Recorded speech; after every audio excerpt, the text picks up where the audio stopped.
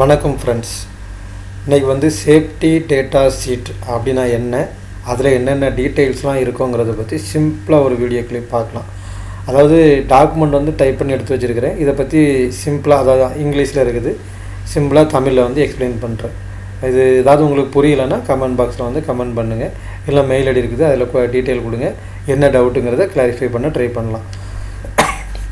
So safety data ஷீட்டுங்கிறது நம்ம எல்லா ஒரு இண்டஸ்ட்ரியில் நம்ம யூஸ் பண்ணுற அனைத்து கெமிக்கல், கிரீஸ், ஆயில், இந்த மாதிரி எல்லா இதுக்குமே வந்து சேஃப்டி டேட்டா ஷீட் இருக்கும். இன்க்ளூட் வெல்டிங் ராடு கூட சேஃப்டி டேட்டா ஷீட் இருக்குது. இது முன்னால் வந்து மெட்டீரியல் சேஃப்டி டேட்டா ஷீட்ங்கிற ஃபார்மெட்டில் இருந்தது.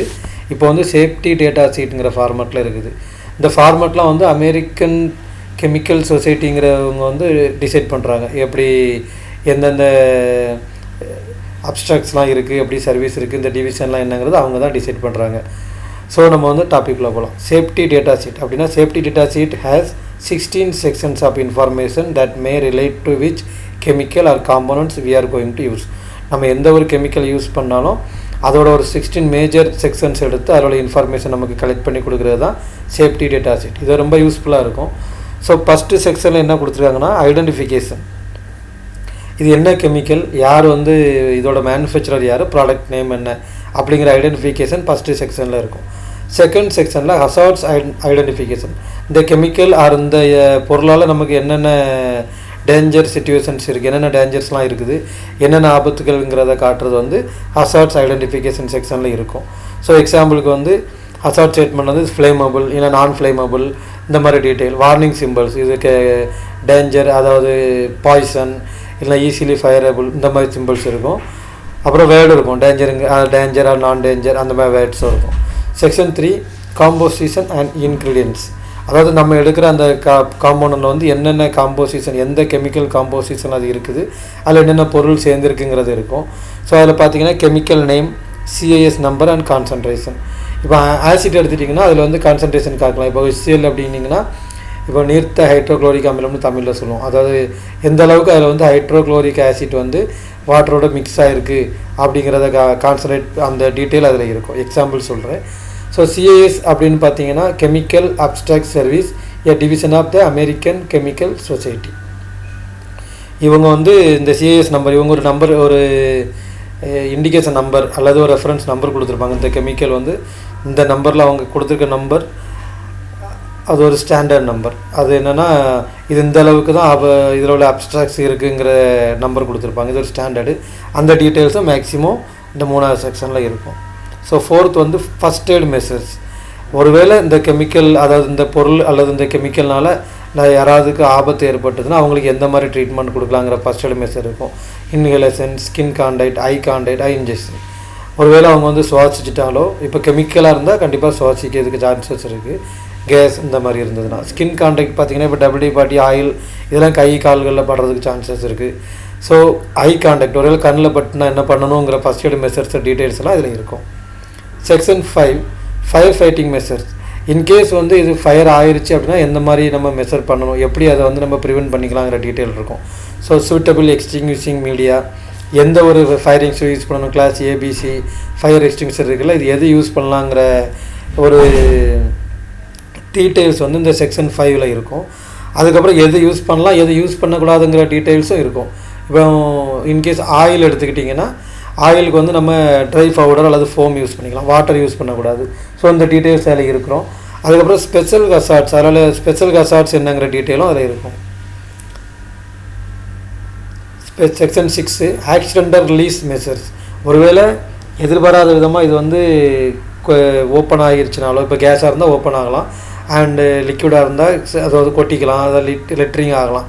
இந்த மாதிரி ஏதாவது ஒன்று நடந்துச்சுன்னா எப்படி அதுலேருந்து நம்ம வந்து தப்பிக்கிறதுங்கிற இது இருக்கும். என்னென்ன பிபி யூஸ் பண்ணணும், அண்ட் எந்த வழியில் வந்து இதை நம்ம வந்து ப்ரொடெக்ட் பண்ணணும், ப்ரிவென்ட் பண்ணணும், மற்ற அப்ஸ்ட்ரக்ஷன் வந்து எப்படி நம்ம இதை ப்ரிவென்ட் பண்ணணுங்கிற டீட்டெயில்ஸ் இருக்கும். Section 7 handling and storage. Handle in ventilated area, avoid Sparks and open flames. இந்த டீட்டெயில்ஸ்லாம் இருக்கும். எந்த மாதிரி இடத்துல நம்ம வந்து அதை ஸ்டோரேஜ் பண்ணி வைக்கணும், எப்படி நம்ம ஹேண்டில் பண்ணணுங்கிறது இருக்கும்.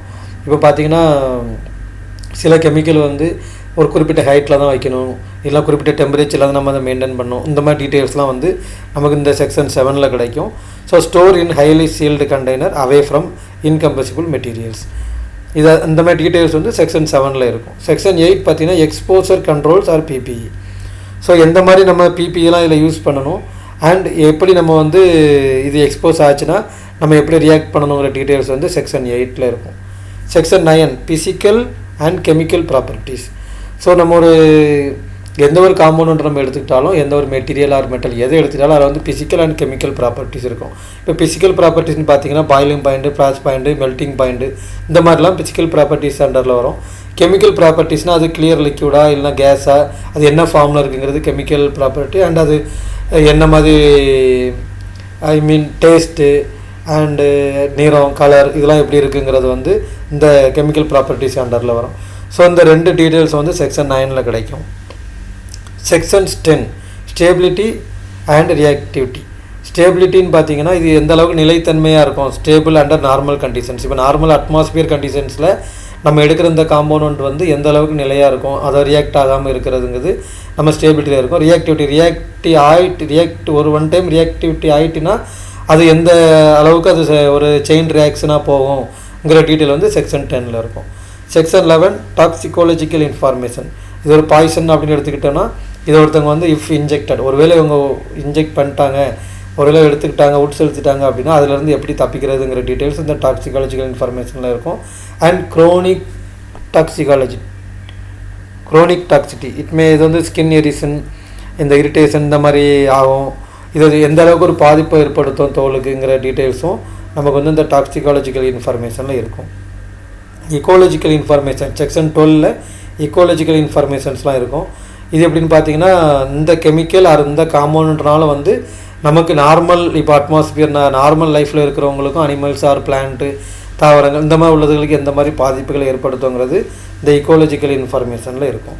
Section 13 disposable consideration. இப்போது நம்ம யூஸ் பண்ணிட்டோம், அதுக்கப்புறம் இது எப்படி டிஸ்போஸ் பண்ணலாம் அப்படிங்கிற டீட்டெயில்ஸ் வந்து செக்ஷன் 13ல் கொடுத்துருப்பாங்க. So dispose in accordance with local regulations, don't dispose in sewer systems. இது எக்ஸாம்பிள். இப்போ சம் கெமிக்கல்ஸ் வந்து நம்ம சீவேஜ் சிஸ்டத்தில் போட முடியாது, யூஸ் பண்ண கூலண்டை கூட நம்ம சீவேஜ் சிஸ்டத்தில் வந்து இன்ஜெக்ட் பண்ண முடியாது, அதாவது அதை டிஸ்போஸ் பண்ண முடியாது. ஸோ அது லோக்கல் ரெகுலேஷன்ஸ் நம்ம மேனேஜ் பண்ணி தான் நம்ம அதை டிஸ்போஸ் பண்ணணும். ஸோ இந்த மாதிரி டிஸ்போசபிள் எப்படி பண்ணணுங்கிற டீட்டெயில்ஸ் வந்து செக்ஷன் 13ல் இருக்கும். அண்ட் சேஃப்டி டேட்டா ஷீட்டில் செக்ஷன் 14ல் டிரான்ஸ்போர்ட் இன்ஃபர்மேஷன் இருக்கும். டோட் கிளாசிஃபிகேஷன், இது ஃப்ளாமபிள் லிக்யூடா இல்லை நான் ஃப்ளேமபிள் லிக்யூடாங்கிற மாதிரி டீட்டெயில்ஸ்லாம் அதில் இருக்கும். ஸோ டோட்னு பார்த்தீங்கன்னா டிபார்ட்மெண்ட் ஆஃப் டிரான்ஸ்போர்ட்டேஷன், இது ஒரு ஸ்டாண்டர்டு. இந்த டோட்டில் கிளாசிஃபிகேஷன் வந்து எப்படி நம்ம அதை டிரான்ஸ்போர்ட் பண்ணுறது, ஃபுல்லி கவர் பண்ணி பண்ணுறதா இல்லை ஏர் கண்டிஷனிங் கண்டிஷனில் தான் இதை வந்து டிரான்ஸ்போர்ட் பண்ணணுமா, அப்படின்னா ஓப்பன் வென்டிலேஷனில் பண்ணணுமா, இல்லை நைட் டைம் மட்டும் தான் ட்ராவல் பண்ணுறது, இந்த மாதிரி எல்லா டீட்டெயில்ஸும் கலெக்ட் பண்ணி டிரான்ஸ்போர்ட் இன்ஃபர்மேஷன்லாம் கொடுத்துருப்பாங்க. Regularity information. இந்த ரெகுலேட்டரி இன்ஃபர்மேஷன் அப்படின்னு பார்த்தீங்கன்னா செக்ஷன் 15ல் இருக்கும். இது ஓசா ஸ்டாண்டர்ட், ஒரு சேஃப்டி ஸ்டாண்டர்ட் வைஸாக இது வந்து செயின் ரியாக்ஷன் ஆகாமல் இது எப்படி நம்ம தடுத்துக்கிறது, செயின் ரியாக்ஷன் ஆனால் எந்த அளவுக்கு இது போகுங்கிற மாதிரி டீட்டெயில்ஸ்லாம் இந்த ரெகுலேட்டரி இன்ஃபர்மேஷனில் இருக்கும்.